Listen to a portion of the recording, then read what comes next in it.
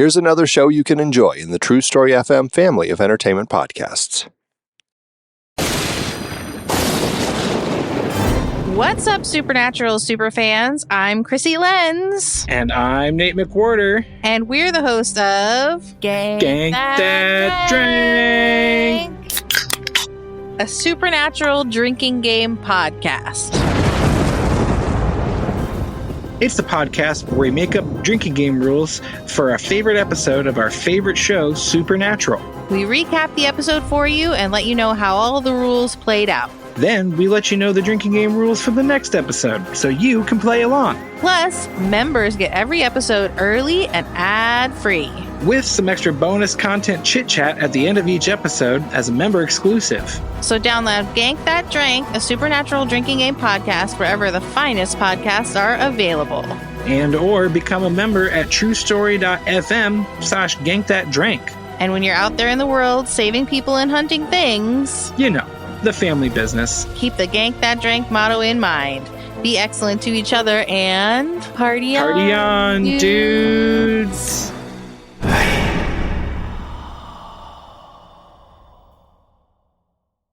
Ever wonder where the devil got his horns? How about those cloven hooves? Or that pitchfork? Wasn't he an angel? No, he was a snake. No, he's the great red dragon. No, he's the beast. He's the prince of this world. Prince of darkness. Well, he's the prince of darkness. Good morning, star lovelies. One of my names is Lester Ryan Clark. And I sometimes go by Keenan Diaz. And we're the hosts of the brand new podcast, The Devil's Details. What comes to mind when I say Lucifer? How about Satan? What about just the devil? How did the big bad of the Western world end up with so many faces? Join us as we dig up, decipher, and deconstruct the devil's many forms throughout history. Take a guided tour with Dante through the 9 circles of hell. Or revisit Satan's angsty bad boy years in Paradise Lost. Learn the ins and outs of a Faustian contract. Easier than a 1099, but with a hell of a lot more fine print. Slither on over to The Devil's Details on True Story FM and join us in the diabolic discussion. Love and hisses. Mwah! Didn't Al Pacino play him in a movie? Are you sure that wasn't Robert De I could Niro? have sworn it was Tim Curry. That was Elizabeth Didn't he go down to Georgia at some point? Hello and welcome to this rebroadcast episode of the Superhero Ethics Podcast. How often have you heard someone say, "Oh, I don't want to watch that, it's just for kids"?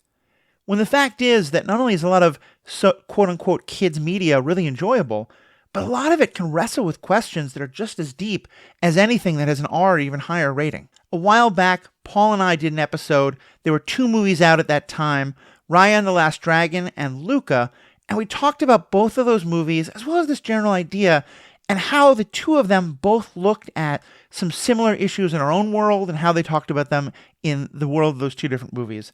They're great movies. They approach things in different ways. We had a great time discussing them and just really taking on this idea of what does it mean to have a quote-unquote kids movie that really raises some interesting issues. All that in that episode, Raya, Luca, and the Wisdom of Kids Movies, right after this. Hello and welcome to this episode of Superhero Ethics. Today we're talking about kids movies. Kids movies? That's kind of the idea. We're going to be talking about Luca, Raya and the Last Dragon, and just the idea of what does it mean to be a kids movie and what can we learn from them? All that and more after a commercial break we have no control over.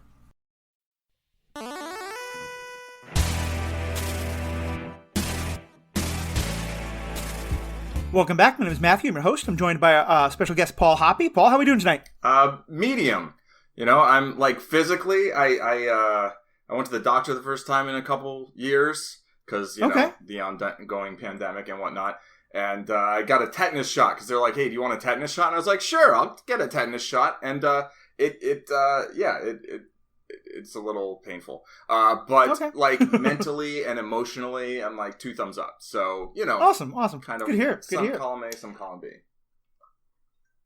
How are you? I'm dealing with a bit of a rough throat at the moment. I will hopefully keep most of my throat clearing edited out, but I apologize if a little bit sneaks through, or to those here on Twitch. We are once again recording live on Twitch, so if people have questions or comments or feedback or thoughts or anything at all, please just kind of jump right in the chat, and we'll get to it either in the moment or definitely before we wrap up. So, well, let's kind of just jump right into this topic, because what we're talking about today is, it's kind of 2 things. I'll kind of give you the evolution of how we came to this topic. Paul, you had been really excited about the movie Raya and the Last Dragon. And I finally got around to watching that. And then I had you told me that Luca was very good, or did I talk to you about Luca, or did we just both watch it independently? So I watched Luca, and I was like, hey, have you seen Luca? And you were like, no. And I was like, oh, okay. You know, and I might have been like, put it on the list. I think you might have said you were going to, so I just didn't really say much about it. But I had watched it when it came out. Lee wanted to watch. She always wants to watch the animated movies, basically. Right. And I don't know. I enjoy animation at least as much as live action, possibly more a lot of the time. So. Yeah, it is something that I have definitely grown a lot on, in part due to your influence, and that's kind of what we want to get into today, because I was one of those people who always saw animation as kind of a kid's thing. And it also just is not my brain is not very visual, and so I often prefer things just being straightforward, like people on screen. But I remember talking to you, you got me into shows like Batman the Animated Series and Clone Wars and stuff like that. And I think both of those are, and then Avatar The Last Airbender, all of which I think people think of as kids shows. Right. And in some ways that's true. I think certainly like they're all shows that I think most parents would have no problem showing their kids. Right. Some Batman the Animated Series maybe a little not for like the youngest of kids, but mostly they're family-friendly entertainment. But like, you know, I remember you and I have had a lot of great conversations, especially about Avatar, but about all of them, about why is there this sort of thinking that like entertainment that is family friendly, make it sound like it's, you know, Christian and conservative. That's not what I mean at all. But, you know, that is aimed for all audiences. That means it's not serious. So that means it can't be as good. And so we were talking about like, okay, do we want to do an episode on Raya and the Last Dragon? Do we want to do an episode on Luca? Do we want to do one on each? And I think there's a lot of themes that came up between the two of them. But for me, I mean, more than anything, the biggest theme was how these are two of the best movies I've seen this year, I think. Maybe the two best I've seen this year.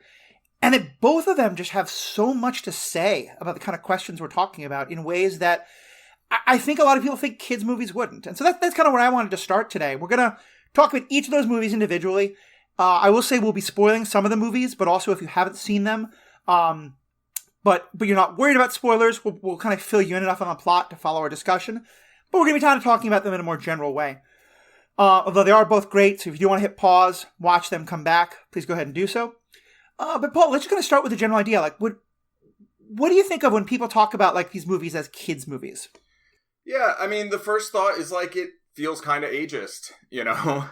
The idea that like there are certain themes or concepts that are for certain people of a certain age and certain ones that are not for people. Like, if something's suitable for children, that then it shouldn't be suitable for adults. I mean, I also personally push back on the idea that a lot of things that people think are not suitable for children, I mean, if I had a child, I'd be like, yeah, just watch whatever. And like, we'll see how you feel about it. And then if you have negative reactions to certain things, we'll like try and, you know, help you kind of avoid that to some extent. But like, you know, I mean, I could go off on certain things that I saw at certain ages, but like, I feel like I saw a lot of stuff at a young age, and I don't feel like it affected me negatively. If anything, I feel like it affected me positively. Similarly, though, or like the opposite of that is, I think there's this idea that like if something doesn't have a lot of like sex and violence in it, or cursing, or not that I have a problem with things having some of those, but like if it doesn't have really heavy stakes or isn't always like very serious about its stakes, that like it's for kids. And I'd say one thing is often, like, the age of the protagonist, sort of. You know, like, protagonists will often be aged around the target audience, or, like, a couple years older. And so, you know, if you look at, like, Avatar The Last Airbender, the protagonists are pretty young. If you look at a lot of superhero fiction, one of the reasons they added sidekicks, I think, was so that younger people would have someone that maybe they'd relate to more. You know, there's some movies like Let the Right One In, which is a Swedish horror film with child protagonists. Like, I wouldn't say that's a kid's movie, you know? The Professional is one of my favorite movies, and possibly Natalie Portman's best performance while she was maybe 10. 13, not something I'd advise like 4-year-olds watching. But for the most part, I think no problem with a 4-year-old watching it, but I understand what you're saying. Yeah, for sure. Not a kid's movie. I think that's a really good way to start it and to talk about it, because I do. I have very similar ideas on this. I did a podcast on this. I did an episode on this podcast a while ago, specifically on parenting. I'll say I'm not a parent. I really like the approach that my guest had on that, where he talked about that he thinks of his 3 things. That the only thing he doesn't want his kids to watch is stuff where like he thinks it might cause nightmares or be upsetting in that kind of a way. And I think that's understandable. And it's very much dependent on kids. And I'm going to kind of let the child psychologist talk about that. There's a lot of stuff where it's like, yeah, kids should be able, it's okay to see like, nudity or, sexuality or like low levels of violence or whatever. And then a lot of stuff that as he put it, like he would only want his kids to watch critically. Right. Like, he would want to watch and be able to talk to them about like, okay, well, what are the messages this has about like, like if you watch Fast and Furious and all of the, his daughters are seeing all the girls in bikinis, right, like, let's maybe talk about that, Right. And I don't want to get too much into that. It's a great episode. But I think I'm with you in that same regard of like, I think the stuff that we think of as like, oh, kids shouldn't watch that, especially in the United States. I mean, my mother was, I've talked about this before, but she was like, see all the naked bodies you want, but she didn't ever want me to watch violence on television. Right. Which put her totally at odds with most other mothers. Yeah. That's all kind of a long tangent to the main point I think we're talking about. But you brought it up, and it's a really one I wanted to dive into. But I think the main point we're getting here at, that I really like how you described, is I love dark and gritty. I loved The Dark Knight and Batman Begins because it made those things feel so much more real and intense. And I think there's a greatness to that. But I think our focus on that has absolutely done what you're talking about, that there's a sense of like, well, if no one dies, it doesn't mean anything, or if the people aren't cursing or having these kind of hard emotions. Yeah. And part of why I was so moved by these two movies is that they deal with some very sensitive issues, very difficult issues. There's like people die in very intense ways. Like there's a lot going on. And yet they're able, like, they do it in ways that are not, no one's, I think, going to feel, even though, depending on however I might feel about other people's opinions of what their kids should or shouldn't watch, these are clearly like family friendly in that kind of a way. Right. They're aimed that way. They're marketed that way. Right. Yeah. For sure. Yeah. I mean, the Dark Knight and Batman Begins are these like gritty, dark movies, but like they're also about a dude who dresses up like a bat and, has like all these wonderful toys, and like I love Batman. But like, is that not on the thing? Yeah. Anyway, I'm wearing a Batman t-shirt. But like it, I mean, it's not even just like superhero films. Like any film, it's like it's adults pretending that there's someone else. Like there's something kind of inherently not like super serious about the whole thing in terms of drama. Yeah. And so I think it's fine. Like when we're watching something, like take it seriously, take it however seriously you want. Mm-hmm. I'm not criticizing that, but like then being like, oh, this is serious and this isn't serious. It's like, stories are stories, and themes and visuals don't belong to any one age group. And I do think that Raya and Luca both are designed to try to be suitable for wide audiences. Yet they have some themes that I think are what people, some people might kind of want to keep their kids away from those themes. Right. In terms of, I guess, what you were referring to earlier. Right. Yeah. I mean, and you kind of put the cards on the table for those who haven't seen them. I think Luca especially. Luca is a very sweet movie about, kids and sea monsters. Mm-hmm. And like, it's a very kind of like classic animated show for kids about, learning tolerance and learning to accept and learning to get past fear. It's also an incredibly clear allegory for the process about like coming out as being young and queer, and to me, it's so great for that because of the way like you can be 6 years old and watch it and have no understanding of that allegory, and that's fine. Yeah. But I know lots of parents who've talked about how either A, they already have, or they're planning to in a couple of years, like when topics of like homosexuality or stuff like that, or especially the idea that like this kid in my school didn't talk about it for a while, using this movie as a way to like plant the seeds of understanding like what that whole process is about and what it means to be something that shouldn't be judged, but other people around you might be judged. Yeah, and I think that's like a really important lesson that you can learn when you're 6 and then carry it forward when it becomes more specifically relevant, Yeah. Or when it may become more specifically relevant. And I think one of the biggest ideas of this podcast has always been that the media we love is the stuff that makes us ask questions, mm-hmm. Not just about like, oh yeah, why did Tony Stark do that? But like, what is Tony Stark doing that? What can that tell us about our own world, And I think kids movies, quote unquote, like there is certainly the whole like ABC School After Special, ABC After School Special that's hitting you over the head with a point so hard that it's just awful entertainment. Yes. I think these two movies, as well as stuff like Avatar and Batman the Animated Series, what they do so well is to, make people of all ages want to ask these questions. And like I actually did a lot of digging on this, and with both of them, there's so many tweets and posts and things like that and TikToks about parents saying like the great questions their kids asked, you know, as well as adults asking them. And so, yeah, to me, that's just like, it's we have some critiques about these movies. It's not just going to be a total shine fest, to be sure. But I think both these movies should remind me why this kind of thing is so important, and why like it can be a kid's movie that does these things. Yeah, absolutely. I mean, it's like you can just reach more people if you're creating media that people are going to be receptive to, Right. And of course, there's ways you can go deeper on different issues through other media. But yeah, I do think that both of these created a. It's like, with reference to after school specials, to me, it's like if you're not telling a good story, then having a powerful allegory or some moral to the story, it's not going to reach people because people aren't going to like your story and aren't going to connect with it. When you tell a story that's a great story and you tell it artfully, people are going to connect with that. It's going to resonate with people, and then your message is going to get through. And if you're just like message, and like trying to hit people over the head with it, I don't think it's going to be as effective as if you like effortlessly weave it through. And I'm making a lot of hand gestures here, so you should come on Twitch next time if you're listening to the podcast.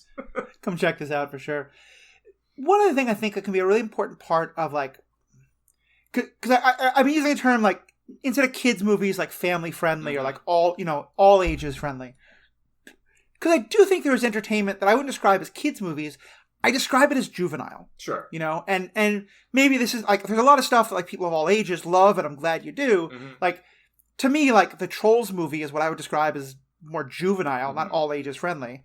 But then I'd call half of Adam Sandler's movies juvenile. I mean, that can apply to anything. Sure, for sure. One of my favorite things also that I think that can be really brilliant when these kind of movies do, or TV shows do, and I didn't see this as much with these two, but like one of my favorite examples of all this is The Muppet Show. Because what I'm talking about here is where you can have humor on a lot of different levels. Right. As an 8-year-old, I loved The Muppet Show because, like, things were blowing up and Fozzie was getting things thrown at him and there was a frog and a pig and it was just fun. Yeah. And I remember being surprised at how much my parents loved it. And then I go back and watch it as an adult and I'm like, oh, that's a parody of Howard Cosell. Oh, that's like biting satire of something going on. Right. Like, oh, that's like, there's so much layers there. But what Jim Henson and them were so good at was like putting that in a way that like kids weren't sitting there going like, wait, what's this about? Right.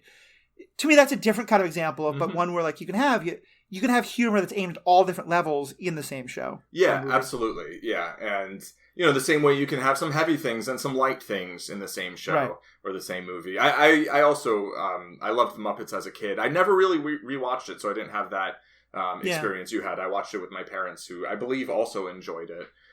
But, I do think things having kind of multiple levels, I think one of these had like a number of like fart jokes in them that I was like, okay, and I'm like, I can do without that. But like at the same time, it's like, whatever, it's a passing thing. Yeah. Of course. It can hit on multiple levels. Okay. Stop making fart jokes in the podcast now. So just because I know it's one of your favorites, and we're going to dive into these two specifically, but talk for a minute about why for you Avatar The Last Airbender is such a good example of like what the kind of thing we're talking about.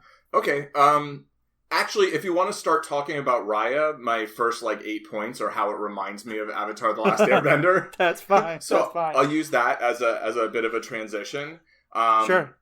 Which, I mean, I absolutely loved Raya. I think it's my favorite Disney movie that I've ever seen.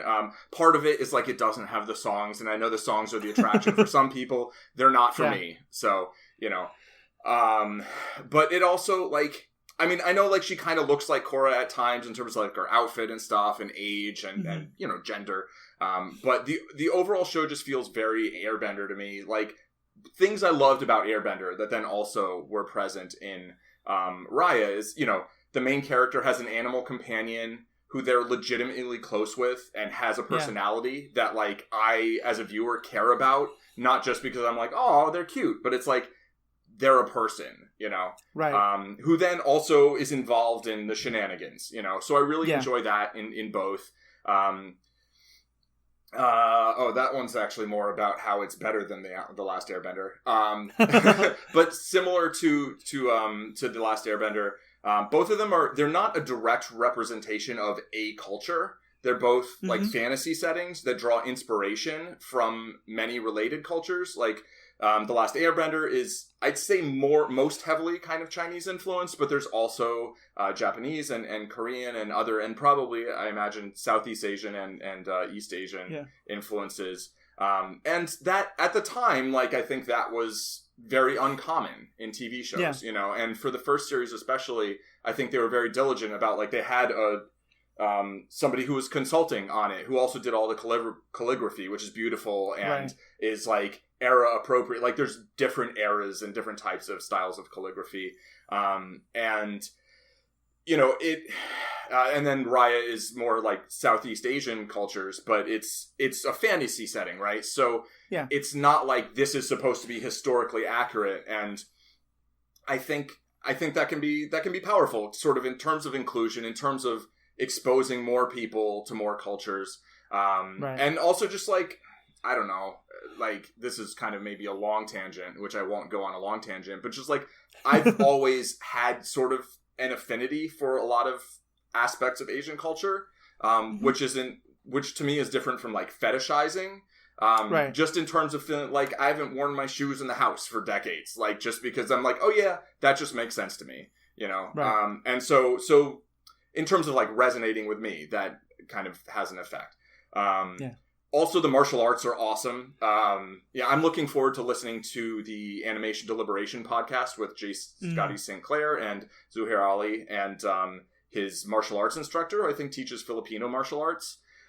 They're going to do an episode on Raya, the Last Dragon, with the martial arts instructor, talking about a lot of the influences. And, you know, Avatar, the Last Airbender had like they had a real martial artist, like talking about like how, you know, all of the bending styles were based on actual martial arts, right? And actual movements. And so it felt very real. And, you know, the animation's also just beautiful.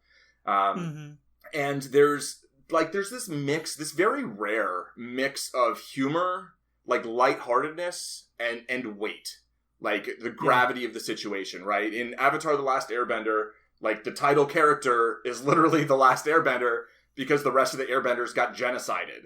Like that's some heavy shit, right? Like, and at the same time, he goes through that and feels that, and you feel that, and that pain, and, you know, suffering throughout the world, because it's not just them who got genocided, but then there's also, you know, the Fire Nation is at war with all the others. But there's also this weight, and that character maintains that weight as well. Here, I think Raya doesn't kind of have that weight. I think more when she finds the Last Dragon, spoilers, there's Awkwafina kind of brings that sort of uplifting, sort of like lightness, but the movie carries that. I think it has a spirit of like levity as well as gravity, and I just think that's a very rare combination, and I just loved it. Yeah, it's fun. I really like the movie too. I had one kind of complaint, and it's about one of the ethical questions we'll get into, but for the most part I really like the movie. And it reminded me in some way, like, and it's kind of a similar topic we'll get into with both of these movies, that tropes are not always bad things. Especially, like, I maybe even want to find a better word than trope. Like, because what I'm talking about is the idea of, like, the Disney princess movie. Right. Like, a Disney princess movie is by now a fairly set formula, which, and like, it's funny you talked about it, like, one of the defining aspects of a Disney princess movie is the animal companion who doesn't necessarily speak English, but our heroine talks to and does most of her, like, exposition at, and clearly communicates back and forth. I mean, sometimes it does, like, why can't I remember the name of the little dragon in Mulan? You know, sometimes they do, sometimes they don't. But, you know, but that's a very common part of it. To me, like, the songs are a common part. The martial arts scene's not so much. But, you know, they can... But what I think Disney has started doing a lot more of recently is saying anyone can be a Disney princess. And so let's take a Disney princess story and set it in New Orleans Black cuisine culture, or in, China, or in here, the fantasy world of the folklore of Vietnam and Southeast Asia. And I mean, I'm not Vietnamese, I'm not Southeast Asian. To me, it was a fascinating rendition of that kind of stuff. My understanding is I've heard a lot of people very positive about it. Some people being kind of critical about it, that they didn't do things as well as they could have. I can't comment on that. But certainly it exposed me to a lot of these things that I might not have known as much about. It made me curious and want to know more. And I think there's something great about saying, let's just take a basic story that you've heard 100 times, because Raya is many things. It is not a surprising movie. Like, very quickly from the beginning of the movie, you know everything that's going to happen. But it never felt boring, because it felt like, it was like saying, like, okay, West Side Story doesn't surprise you at all, because it is Romeo and Juliet. You've seen that story 1,000 times. But it's saying, let's take Romeo and Juliet and set it in 1950s, gang New York. Yeah. And to me, that's what this was doing. It's saying, like, okay, the story of a Disney princess, but let's take it in this totally different setting and see how that changes the story and how it affects it. And that alone, I just think is fantastic. Yeah, I mean, to your point about criticisms of the cultural representation, again, I can't comment too deeply on that. I do think a Disney movie is not going to be the best representation of any given culture. Yeah. And here, again, it is, I think, trying to convey influences from a variety of cultures rather than from one culture. And then also it's like, you can talk about like, well, but if it's for profit by this big Western company, Disney, okay, there's a whole thing there, right? Yeah. Granted. I do think that things like the fact that these dragons are more creatures of the water, which is traditionally more accurate from my understanding in terms of like Asian dragons as opposed to Western dragons. I appreciate that. I think, the fact that it's voiced almost entirely by actors of Asian descent, that's something that The Last Airbender could have done a lot better, right? Yeah. They really only had a couple throughout. That was 15 years ago, and it's like 15 years later, it's like, do better. It's like, okay, you're doing better. I know there's some people who felt like the fact that at least half or maybe more than half were like East Asian rather than Southeast Asian. There's a whole thing there. Personally, like, I feel like getting too granular in terms of certain types of representation when you're like drawing from multiple groups of people who have been, oppressed or have had less opportunity. I kind of like the tact that a show like Warrior, very much not a kids show, does in terms of most of the characters are Chinese, but they aren't only casting like, Chinese American or Chinese Canadian. But again, that's like, that's the sort of thing that like, whatever your opinion is, like, I respect that. Like, your feelings are your feelings. And I'm not going to say something is right or isn't. I do think Kelly Marie Tran and Gemma Chan both were great. They play kind of the two principal, protagonist and antagonist. Their dynamic is particularly impressive given that they weren't even recording together. Yeah, everything was being done during pandemic time. Exactly. And like the first thing you said, again, I don't think we can get into it much. Mm-hmm. I don't really feel like I can even go as far as what you're saying in terms of saying like that I have kind of a preference one or the other, because I just think I'm not of one of those cultures, and so I just don't really have an opinion there. But I think you're right. It's like for these tropes are things we're constantly getting better at. We're constantly learning. This may not have been perfect yet. It's certainly much better than what Avatar: The Last Airbender did, which is both of them much better than the Avatar movie, which cast white actors except for the bad guys. Well, here's the thing: like the Avatar movie actually hired more people of Asian descent than the series. Did they? Not in main roles, but like it did. Like tons of extras and a lot of characters, whereas there were like basically like two main characters in the original voice, but fair. So I feel like it's more like a criticism of the series that like we have to see the movie and be like, hey, you should have done better. Yeah. I'm not sticking up for the movie. Yeah, let's not get into there's also a whole bunch of thing about like what races or what color and stuff in terms of the good guys versus bad guys. But anyway, there's a lot there. There's a lot there. But the other thing I was going to say is also, in the same way, like, this version of the Disney princess trope is also kind of unrecognizable because she's not sitting around sighing waiting for a prince to rescue her. Right, so, like, the Disney princess trope is also one that has had a lot of problems and still isn't perfect. And, but, one thing that I've loved is seeing, like, all these stories from parents who talking about like not just their daughters, like their sons being like, yeah, Raya's awesome. I want to be Raya for Halloween, you know? And like, that's great to have like young boys. Same kind of thing that happened with Frozen and stuff like that. So let's get into some of the actual issues that Raya brings up, and then we'll get to Luca in a bit. The first thing that and I'll give kind of, you want to give like a 60-second plot summary? Okay. That I gave you no preparation time for whatsoever. Yeah. 60-second plot summary, no problem. Basically, there's some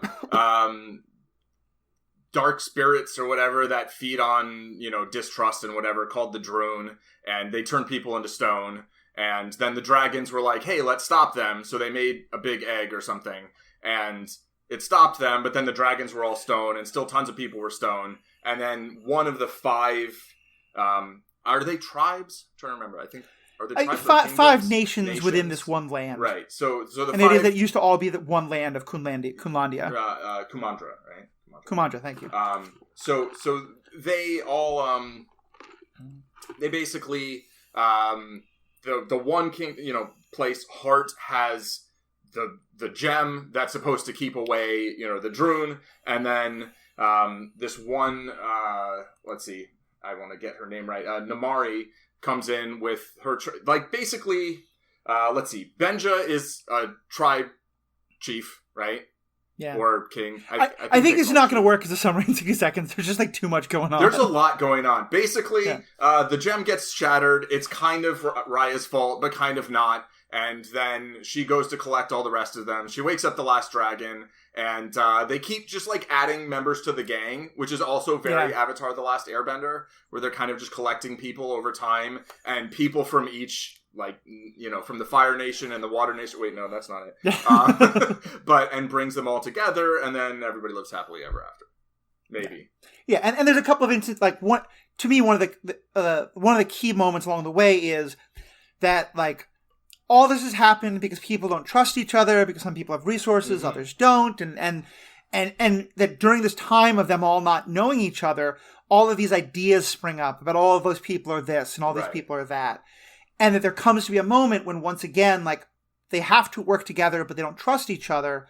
And in kind of like the, you know, again, the sort of like there always has to be a moment where our hero does the right thing that shows their growth, that fixes everything. And it's Raya trusting this person who's betrayed her before and saying, like, look, I'll put my knife down first so that we can work together and that kind of thing. And it's a very nice story, although that one part especially I have some questions about that we'll get into. But to me, I think one of the first things I wanted to get into about the movie was it feels like one of the real themes is about the difference between the stories what happens when the stories you've been told don't match with the reality that you experience. Because... And it's everything from, like, you know, Raya has always learned about the dragons as these mythical creatures of wonder and wisdom and, you know, majesty. And it's played by Awkwafina. And Awkwafina doing Awkwafina things, which is being, like, silly and kooky and ridiculous and having fun and being smart and powerful and wise in some way, but actually in a very Avatar-like way of being, like, you know, a 10-year-old kid with a lot of wisdom. Yeah. Very Aang-ish, actually. Yeah. And so she definitely has a moment of like, oh, I think she literally says, like, you're not like the stories I heard. Right. And then that seems to be a theme throughout because, as you mentioned, along the way, they pick up all these, people who become part of the gang, all of whom start out as, it seems, antagonists. You know, and in each one, it's someone who one side or the other doesn't trust each other, maybe for good reason, maybe for not. But that, like, again and again, they find a way to find common ground and to realize, like, you're not the person that I was told you would be. Right. Yeah, I agree. It does feel like the central theme is sort of, you know, about kind of like not believing the propaganda or that stories... I mean, it's very like anti-xenophobia, right? It's like you have all these groups that are all very similar, but different, but similar, and they're all just people. And if they work together, they can have a better society than if they're at odds with one another. And being at odds with one another has gotten them into quite a predicament.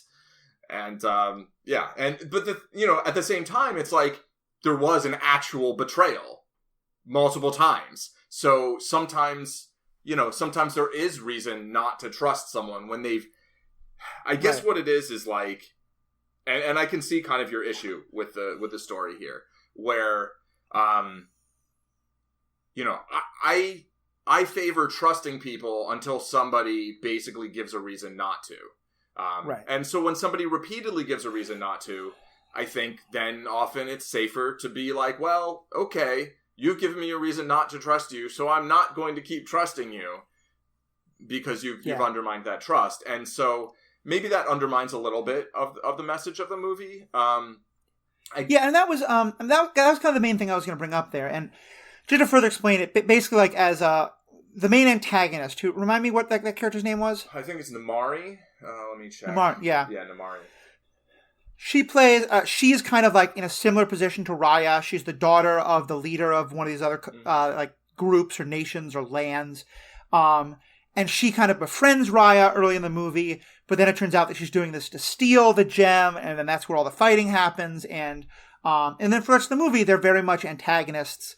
Although very much in and like another theme that I'll kind of touch on in a bit, there's very much an enemies to friends to, there's some coding happening. There's very much not baiting. There's some chemistry and tension between the characters that is not about the antagonism. Yeah. Or antagonism, the enemies to lovers is a popular story. Sure, although again, Disney movies, not the lovers part. And we'll get to that in a second. But like, I feel like, and here is where, it's not a critique of kids' movies necessarily, but it is where I feel like I sometimes wish people who made movies like this would trust the audiences a little bit more. Because I feel like the central tension here is that, to finish the story, so we get to a point where the two of them have to trust each other, and Raya does start to trust her, but then she like pulls out a knife, or she pulls out a crossbow, and like it's this whole thing. And I feel like the movie got to this problem where what it showed versus what it was telling us did not match up. Because it was trying to tell us that actually this time it was Raya who didn't trust enough. And so she had to learn that kind of like they're both at fault and she has to be the one to do the thing. But I think sometimes because there's sort of like, because you still want to have the good guy seem like the hero seem like the hero and everyone else not seem like the hero, it felt like they didn't want to show Raya in a bad light in any way. So it wound up seeming kind of confused. And as one person put it, who I was talking to, said, this should be a great movie about learn to trust people, that learn to get past your fears of them and understand they could have changed. You could see it as, no matter how many times people hit you, you should trust them that they won't hit you the next time. Which is a very bad message. Yeah, that's not a good lesson. That's not a good lesson. I don't think that's the lesson. And the movie, like, book lampshades, that's not the lesson it's giving. But I did wish that they'd kind of trusted the audience a little bit more and allowed Raya to appear in a little bit more, or even her father, because one of the reading I think of this could be that, like, her father's kingdom or rulership, whatever it is doing a lot better than the others. And maybe that there is some justification to why they want to share the gem instead of them all having it. And I feel like just the movie wasn't quite willing to go into, like, maybe Raya and or her father were not, like, always in the right there. Right. Yeah, I mean, he was very clearly trying to be inclusive and inviting people in and then got betrayed. Right. So he kind of just looks like a sucker. Whereas, if they had actually been benefiting by being the ones who had the gem, then that does add a layer to the story. I think that would be interesting. And maybe they were, and just we don't know because the story didn't tell us that, but they were doing well and they did have the gem. So, like, correlation does not, imply causation, but, like, sometimes it does go together, right? I do think that, like, that Raya could have just, like, given over the other pieces of the thing and been like, here, you put it together. Yeah. And I do think also that Namari wanted to cooperate and work together, but her mom was like, no, we're not going to do it that way. And so I feel like there was I didn't like that part. Like, I feel like that could have been written a little differently. And if it hadn't ended the way it did, I would hate that part. Like, that's like, that's like that could have, like, basically ruined it for me. It was a spot where it felt like because, like, at that point in the movie, I kind of trusted them to sort of get through to where I wanted them to end up. And because of that, I was able to enjoy the movie. But I was for a moment like, you better don't, don't do me this way. Like, So I was relieved kind of by the end rather than, And I mean, like, your average movie, I have 5 of those. Don't do me like this moment. And this one I only had 1 or 2. Yeah. So, like, that alone makes it, it's kind of like, I think that part could have been done better. And I do think that part, a part of that was, like, people's understanding of what they have to do to make it all ages friendly. Mm-hmm. And I kind of wish that they didn't. Because, like, Batman the Animated Series, to me, which granted, I mean, this is a movie that, like, 5-year-olds can really enjoy. Sure. Batman the Animated Series is maybe, like, 8 and up for some. Sure. Although, again, how others see it. Mm-hmm. So it got into a lot more kind of complex topics, but I do think that they could have trusted the audience a little bit more with that scene. But other than that, I do really love the lesson it had of, like, that when you have the cycle of mistrust and, like, trying to figure out, well, wait, but did you do it first, or did I do it first, or just someone has just got to say, I trust you now, or I'm going to give you a chance at least. Yeah, exactly. I'm going to give you a chance to not be horrible. And here's the thing, like, don't screw me on this, Yeah. And there's a certain, like, I forget the actual saying, I'm going to make one up, but, like, trust them and keep your powder dry. Like, there's a certain, like, be ready if they're going to betray you. But but that the putting the weapon down first really, really mattered. Let's just quickly talk about the last part that we kind of alluded to, because it's a great segue into Luca. On this podcast, at other times, especially during LGBT Pride Month just a few weeks ago, I talked a lot about the importance of representation and the differences between queer coding versus queer baiting and versus explicit content. This movie, I think, is another great example of a way to do that well, because there's nothing explicit about the sexuality of either of the characters. They have a lot. They develop a chemistry, to be sure. When I watched the movie the first time, and the first time Nymeria comes on, not Miria, what? Namari? I'm so bad with names. Say again? Namari.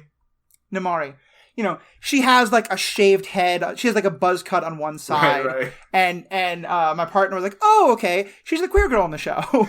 And, like, there's nothing at all explicit about that. But there also isn't, what a lot of times movies will do, or TV shows will do, is, like, kind of throw in a male love interest for one of them, just to be like, no, I don't know what you're seeing there. Right. There's none of that. No. And Kelly Marie Tran, the actress who plays Raya, has said that in her understanding, the characters were definitely flirting, and that she acted the part as though they were flirting. Right. And for a Disney movie, I mean, that to me is fantastic in terms of representation of, like, they're willing to allow the coding to be out there. They didn't hit you over the head. It wasn't, a kiss on screen in a Disney movie between 2 same-sex characters, which I'd like to get one day, but it's 2 same-gender characters. But I'm not expecting that anytime soon. But just to have that level of coding and acceptance without any of the, no, that's definitely not that, I thought was really, really powerful. Yeah, I mean, the first time that even as kids they interact, I was kind of like, Like, it felt like there was some dynamic there that didn't feel exactly like just, like, they're kids, so maybe there's no sexuality to it, but it felt like... that kind of, like, puppy love, like, the kind of thing where, like, a person later looks back on and is like, oh yeah, my feelings for that friend...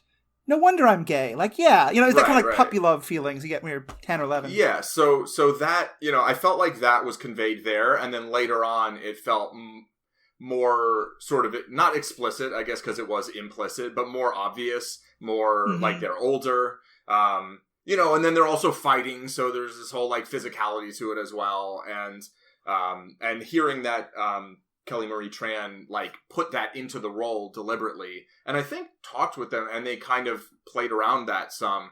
It feels like progress, right? Yeah. Like, and a lot of these things, it is like progress is slow sometimes, and I do think there's a lot of things that I would like to see in movies that just we don't get to see in the big budget movies, right? We don't get to see in Disney Plus shows, but we maybe get to see them in Netflix shows, and, like, it's just progress. Or we get them in Disney Plus, but not on the big screen, Right. Yeah, exactly.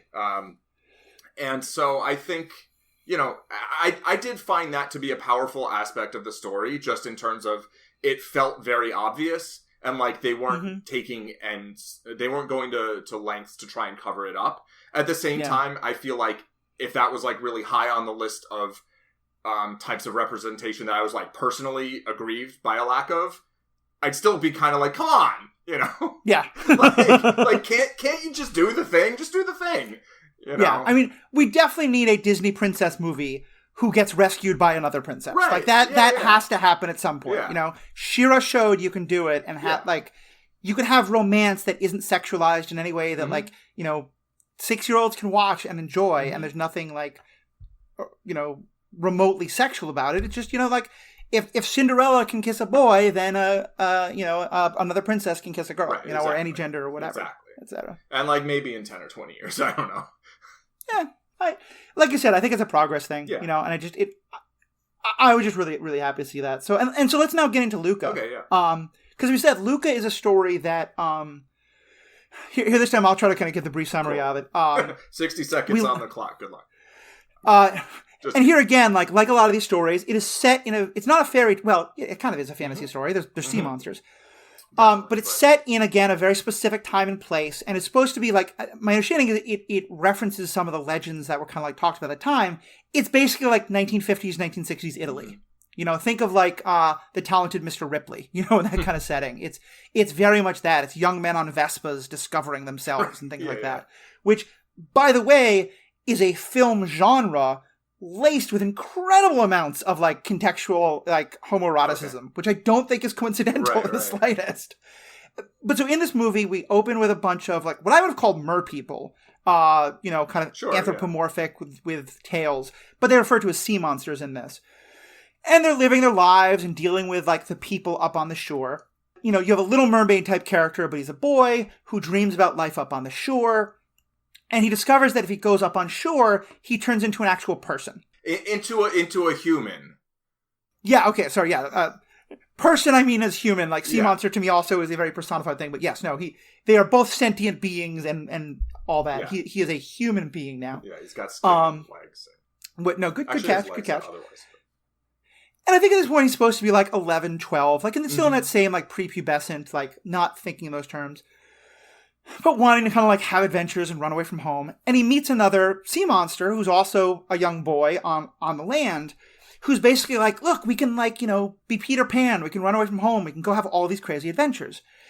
And they get into this, you know, grand story. And again, it's a story you've seen 100 times before, where they want to get money so they can buy a Vespa because the Vespa is a symbol of freedom. And they figure out that the way to win a Vespa is to compete in this great race. This is where actually my partner described is a cross between Little Mermaid and a sports anime. Which is a whole like subgenre of anime. To clarify, it's a triathlon of bike riding, swimming, and pasta eating. Ooh, I'm gonna have pasta for dinner. Yeah, it's so good. So appropriate.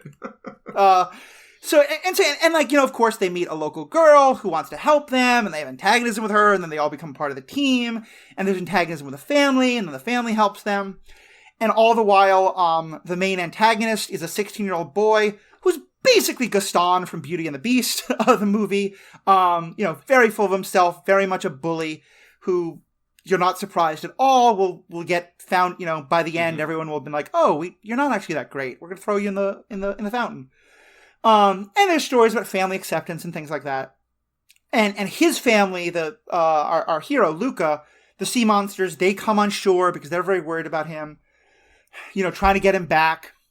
And all the time, there is this story happening in the town of like people have seen these sea monsters in the water offshore, and everyone's afraid of them, and everyone's concerned about them, and everyone wants to go hunting them.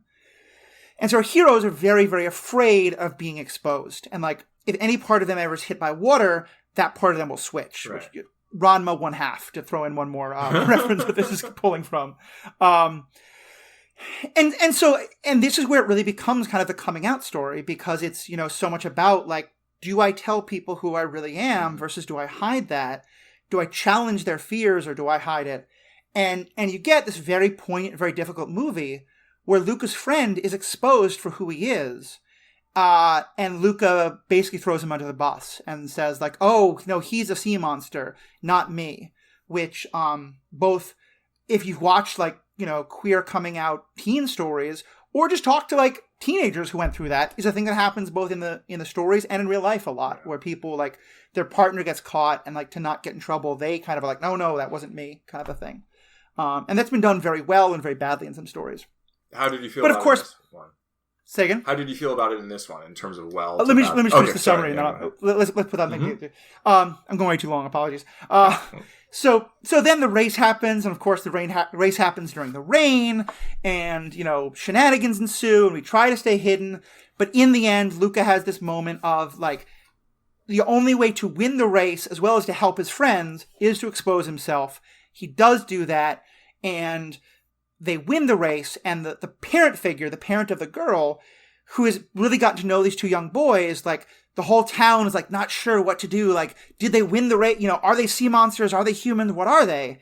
And in kind of like the, totally unsurprising, but still makes me feel like someone was chopping onions in a room moment, they say, like, are they sea monsters or are they people? And he says, they're the winners of the race. Right. And it's just this wonderful moment of exposing and then two little old ladies who are in the town, they kind of let themselves be exposed. That's their sea monsters too. Yeah. And it's just this wonderful, wonderful story that nothing about it will surprise you, but everything about it is charming and just a really powerful story on a lot of levels.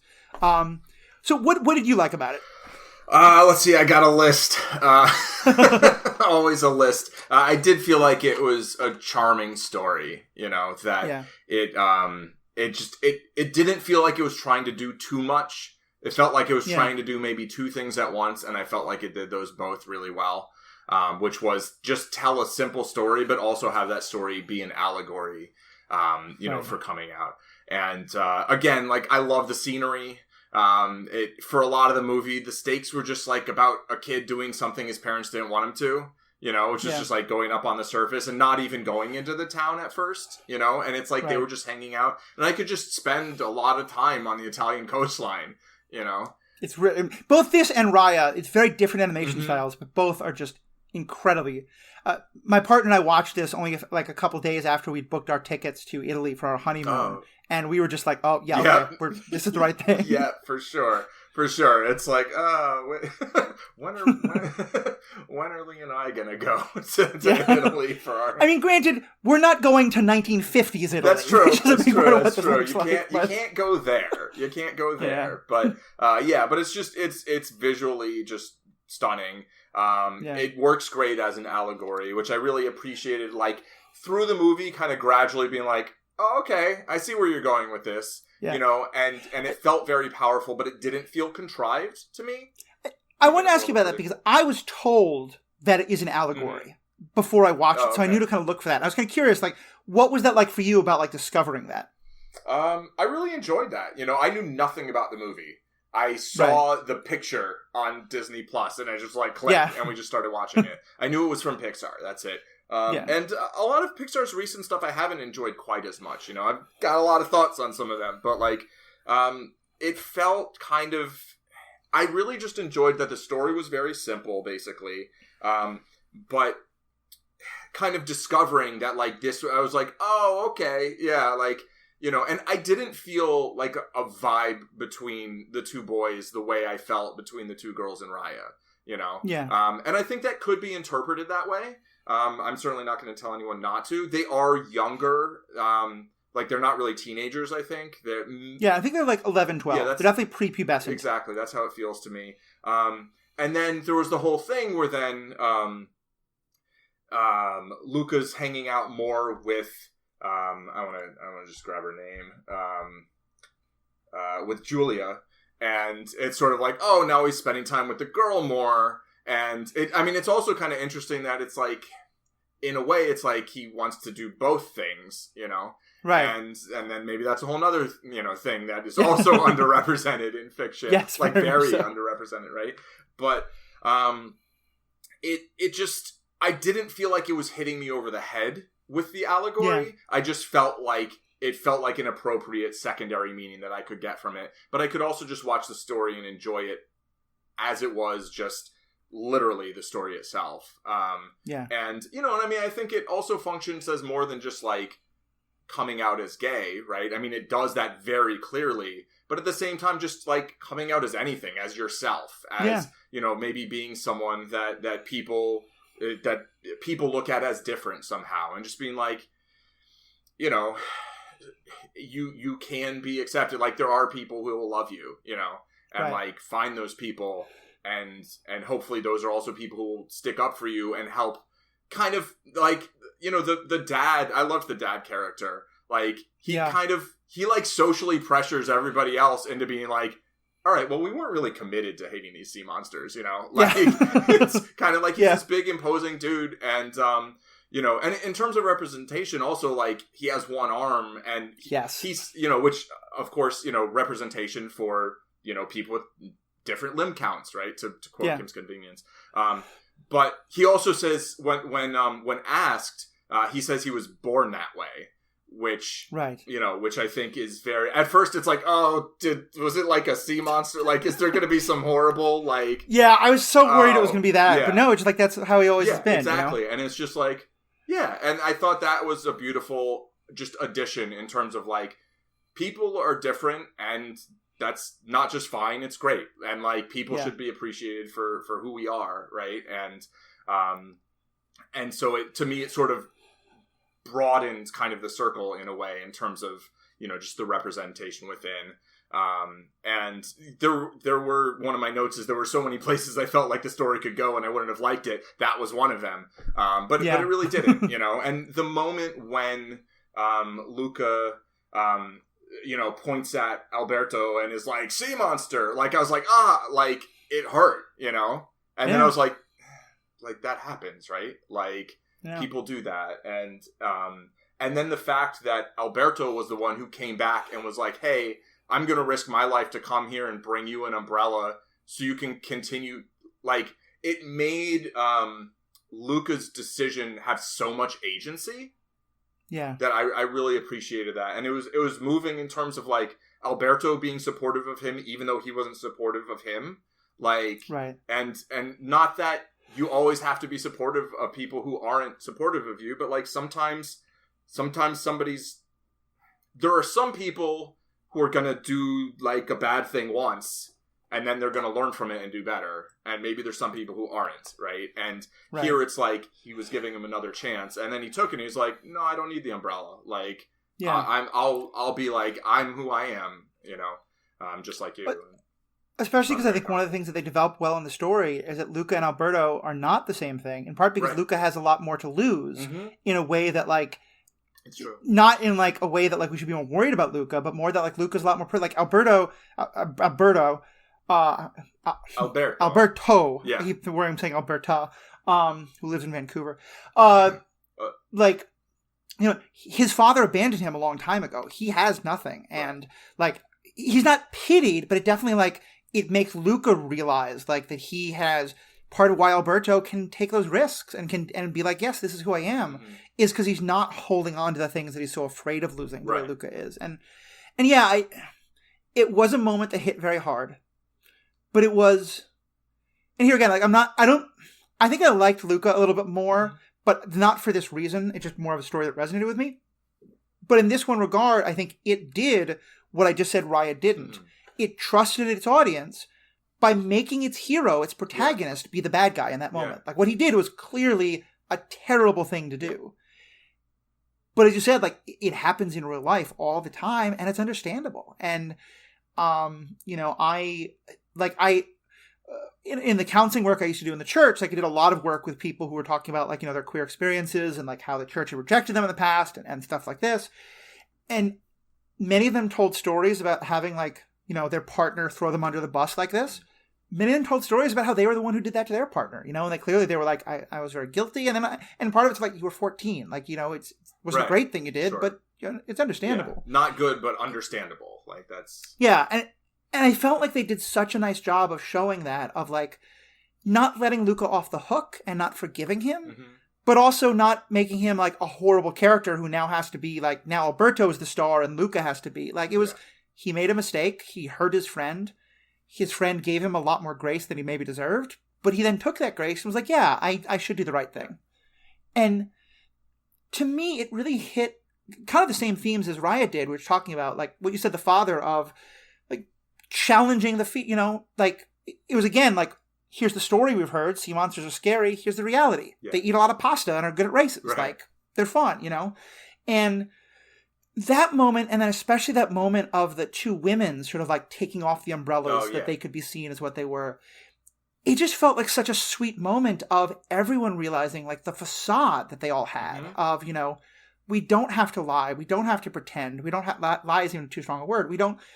We can trust each other. Yeah. You know, we can see that we can be accepted, and then more people can come out, and then more people can be like, oh, well, you too. You know, like it becomes this wonderful like snowball effect. Yeah. I thought that little detail at the end with the two like older ladies like coming out and being like, oh yeah, we're from the sea too, I thought was like one of the most powerful just little details in the movie. Yeah. You know, and shows how, you know, I mean, one person's act of bravery can inspire another person's act of bravery, which can inspire a bunch of other people's acts of bravery, and then it's like we just have a better world then for everybody. Yeah. No, I think it's definitely true. Any other thoughts you had on Luca we wanted to get into? No, like I didn't have as many like really specific details, I think, for Luca. Mm-hmm. You know, it resonated with me, but not as much like specifically in terms of like if you were to write a movie and be like, here are the things you're gonna love in a movie, like you would write Raya, you know? And Luca, I was just like, I love this for what it is, even if it's not like the genre that I like usually. Yeah, I'm trying to spend my time in, but I really enjoyed spending my time in the movie and in the location and with the characters. Yeah. I think one thing I felt really about both movies, and this is kind of going to go back to the conversation about kids' movies, I never felt condescended to. Yeah. I never felt like the writer was saying, okay, because you're a kid watching this, we're going to kind of spoon feed you the details, you know? With the exception of that one moment in Raya, like, it felt like both these movies, Luca especially, but really both of them, you know, were like, hey, we're going to tell this in a way that like kids are going to enjoy. And yet this was the movie with a lot of fart jokes, which, you know, I rolled my eyes at. And jokes about like, you know, kids really loving eating pasta and stuff like that. You're maybe not going to see in The Dark Knight. Right. It'd feel really out of place. There's another movie I saw recently that had a very dark and gritty feel, but also some like family romp movie stuff that I didn't love that we'll be talking about tomorrow. We'll back to that. No spoilers. But yeah, I just, and maybe that's kind of a nice where I kind of wrap up. Like, and I feel like what I love about both of these stories is that they use the genre, and both of them, I mean, they're very classic stories. You know, just like Raya, none of the overall plot, there's never a doubt in my mind that they're going to win this race. There's never a doubt in my mind that Alberta and Luca are going to forgive each other and that they're going to team up with the girl who's the antagonist. There's never a doubt in my mind that the little kids who follow around the bully all the movie are eventually going to realize he's just a bully. They don't have to do that. And he's going to get his comeuppance in some way or another. But it was still like, by adding those details, you know, having it be that the confrontation moment is the one of them comes out and the other throws the other into the bus, the two women coming out, it was just being beautifully animated in such wonderful ways. Yeah. I just loved it. I will add a couple things. One, I did enjoy the bits of Italian throughout, just in terms of language and like recognizing most of it and enjoying that. It's hard to think about the new movie without hearing in my mind, Luca Brasi sleeps with the fishes. Yes. I didn't even make the fish connection, but I definitely like Luca to me is like Luca Brasi. Yeah. So I get that connection. But just that being the biggest line aside from like, you know, I hope this first child is a masculine child. But yeah, this is some Godfather references there for all you. And I think it's interesting that your main issue in Raya is that you feel like they didn't trust the audience enough to make Raya look bad when the whole thing is about trust. So yeah, that's true. But yeah, I mean, I just really enjoyed both movies. I highly recommend them. I think, you know, you can see them for the allegorical value, but like you can also just see them for not only a good story, but just like watch the screen. I mean, I think the sound is great, but like just the picture is amazing also. I have this kind of wonderful image in my head of like super Christian conservative parents showing their kids this movie. And maybe they think Pixar is all demon, you know, Satanists. But like, I think a lot of like, this movie is going to get very, very family friendly ratings. Yeah. even with folks who might be like, for racism reasons, like not going to see Raya. I think hopefully even like a lot of Christian conservatives are still going to at least go see that. Right.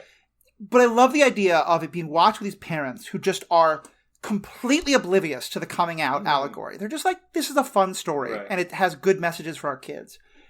And then 10 years later, when a kid in their high school comes out, the parents are, so mad that their own kids aren't more upset about it. They're just like, but mom, remember Luca? Like, it's okay. Like, like, I don't think that by any means is why they wrote it. Maybe that's probably not going to happen too often. But if it just happens at least once, it's going to make me so happy.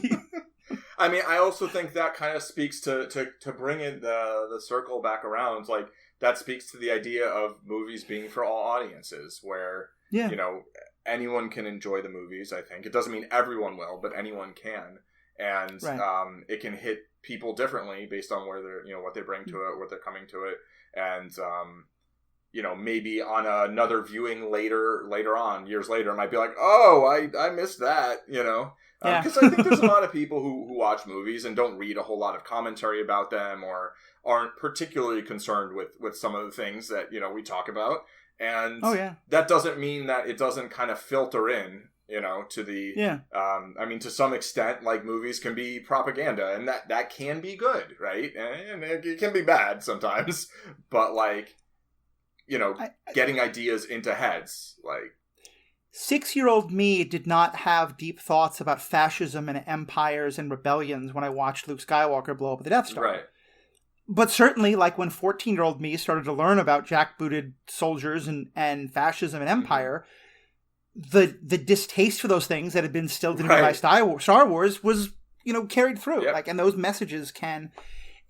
And that's where kind of the, like... that I think that's the flip side of the representation stuff. Mm-hmm. Like, I want to have two characters of the same gender in a Disney or Pixar movie kiss each other. But a third of the country to half the country will refuse to watch that movie. And so also having this, I think it's, it's in the same way, I will really be happy when we get a Disney movie about a disabled Disney princess, who is in a wheelchair or something like that. But also having a character where, like, his not having an arm is barely ever mentioned. Yeah. And you're right, it could have been in a bad way. It's not. But he just is, like, there as just, some people don't have an arm. Some people don't have a leg. For context, those who are new, I don't have one of my legs. I have a prosthetic. And so it's why it's particularly important to me. It's normalizing it. It's helping people because they're especially kids who saw this movie are gonna, like, I've definitely had experiences with people of all ages, especially kids, but really of all ages, who are sort of like freaked out when I take my leg off. Right. I'm like, oh, that's so weird and different. I guarantee you there are going to be kids who meet their, the first amputee friend in high school and are like, oh yeah, like Julia's dad, like it helps to normalize it. And that's, to me, that's one more way, like, the representation matters so much. Yeah, for sure. Like, he exists, and he's a character who matters, and so, like, just he exists and is lovable, and I do think that affects sort of just the kind of unconscious feelings that people have, Yeah, and I'll say one other thing that kind of reminds me of is that, because here's again a way that the movie could have been terrible but wasn't. Luca's parents are good people who care about their son. Right. Like, they're overprotective, and they have a lot of mythology about what the surface is like, and a lot of fear of, like, don't play on the other side of the tracks, you'll get in trouble. Yeah. But it is clear, even when they come, they're not sort of, like, angry that he's learning all these terrible ideas. They're just concerned about him. And when they see him watch the race, they're very proud of him. Mm-hmm. And they are also able to be like, okay, we were afraid of the surface people, but maybe it's not so scary. And they find a way for everyone to kind of coexist in both worlds. And yeah, for sure. For sure. Their concerns are valid and understandable, but at the same time, they're, maybe being overprotective. And then when they see the reality of the situation, they're like, okay, we accept this. And, it comes to a pleasant conclusion that sort of models, like, maybe that's how things can be, Yeah, definitely. And that's, I do like gritty stories. I do like stories like, that show that the world isn't always happy endings and stuff. Sure. But, like, stories with happy endings are also good. Exactly. Like, I want a story that tells me how bad the world can be, and I also want a story that tells me how good the world could be, Yeah, like, we can have both. Yeah. So I think it's about where I'd wrap up. Paul, do you have any other last things, or do you want to kind of go into telling people where they can find more of your stuff? Yeah, I just have like one last closing statement, which is basically just that I feel like these movies demonstrate how you can make a piece of fiction with humor and weight and have protagonists of any age. And if you write a great story and execute it well, it can function to entertain people of any age and maybe even do a little bit more than that. So yeah, that's... I think it's a great way to put it. And it's the, I like things that have a strong message, but I also like things where it's subtle, and where these things have effects, especially on young people, but also people of all ages, so. Exactly. Yeah. Well, I'm so glad you kind of pushed Raya towards me, and it wasn't you, but someone else who pushed Luca, but you've definitely helped me get a lot better sense of just, why to enjoy, stuff that's for all ages. Yeah. So I'm really glad we got to have this conversation. Yeah, me too. I'm glad you watched them both. Yeah. Good. Oh, I was just. Do you want me to say my streaming stuff? I'm Zen Madman on Twitch.tv. Yeah, okay, I'll be good with that. On Twitter. And I will say there is one more that I know I think you've watched part of. I want you to finish. Watched part. I'm working through it, and maybe we'll do a thing on it when I finish. And you could give that recommendation if you want. Mitchell's and the Machines is another fantastic one. It addresses a couple of the themes that we've talked about here in some very good ways. I'm not going to spoil for Paul, but definitely another example of just like fantastic, all ages kid movie, whatever you want to call it, with, biting satire of our current technological situation, if nothing else, with clear references to a couple of specific individuals who are very clearly being mocked and pilloried. But yeah, speaking of the evils and wonders of technology, Paul, where can people find your voice on different technological platforms? Yeah, twitch.tv/ZenMadman. I actually spelled it wrong, but I didn't pronounce it wrong in my notes. And then also on Twitter, Zen Madman. You can chat at me, and you can come out and hang. I generally play poker and ponder the nature of existence on Twitch. Yeah. And, maybe we'll branch out. Yeah, it's a lot of fun. I'm also doing some poker streaming on Twitch here. My Twitch channel is The Ethical Panda. Paul, what is the schedule they can find you at? Oh, I don't know. Or still kind of up in the air? I'm kind of revamping my schedule. I most frequently stream at 10 a.m. Pacific time and at 2 p.m. Pacific time. And I'm kind of playing around with different days. For a while, I was doing every single day. I might start taking a day or two off, like every week or month or so. But it's not the worst idea in the world. Yeah, it has some upsides. Yeah, and like I said, and what I'm doing is a thing where I'm playing poker, but I'm also talking about these issues. Sometimes Paul might join me. All of mine is under The Ethical Panda. I generally stream at Tuesdays and Thursdays at 1:00, and then on Sundays I'm going to try and do this thing fairly regularly of record an episode at 8 and then go into my own poker stream at 9:30. So I will be doing that in about 15 minutes or so for those of you who are watching on Twitch. And then Paul and I are talking. Paul has been very much my mentor while I'm learning poker. So often when I'm doing the stuff Tuesdays and Thursdays, all of my times are Central Panda time, at 1:00 Central, 11:00 Pacific. Paul and I will do like a hand review where it's specifically about poker, either on his channel or mine. We're still discussing that. But subscribe to both our channels, follow all that, and I would love to hear your thoughts. Tell us what you thought about these two movies. Tell us what you thought of our discussion, what you agreed with, what you didn't like. What are other things that are kids' movies that you think are really powerful and you still love as an adult today, and either you still love them because you love getting to feel like a kid, or because you don't think they're kids' movies? Let us know. You can email me at theethicalpanda@gmail.com. You can find me on Twitter or Facebook, also at theethicalpanda. And if you go to my website, theethicalpanda.com, you'll find all my contact information, as well as this and my other podcast, Star Wars Universe Podcast, where we're doing episodes about the Bad Batch, different movies. We're going to start our book club back up again pretty soon. A lot of great things going on. All these podcasts are part of the Stranded Panda Podcast Network, which is a great network where you can find content on. There you can find content on so many different great parts of the geeky world, MCU, Star Wars, Star Trek. We're covering a lot of the shows that kind of don't fit into something exactly, but they just did a whole thing on Fast and the Furious movies. Animation Deliberation does all sorts of great stuff. They just did a whole thing on Young Justice seasons 1 and 2. There's some great episodes. Check all those things out by going to strandedpanda.com. So on behalf of myself, Paul, everyone else involved, thank you all so much, and have a great day. Luca Brazzi sleeps with the fishes. And we're out. Stanco.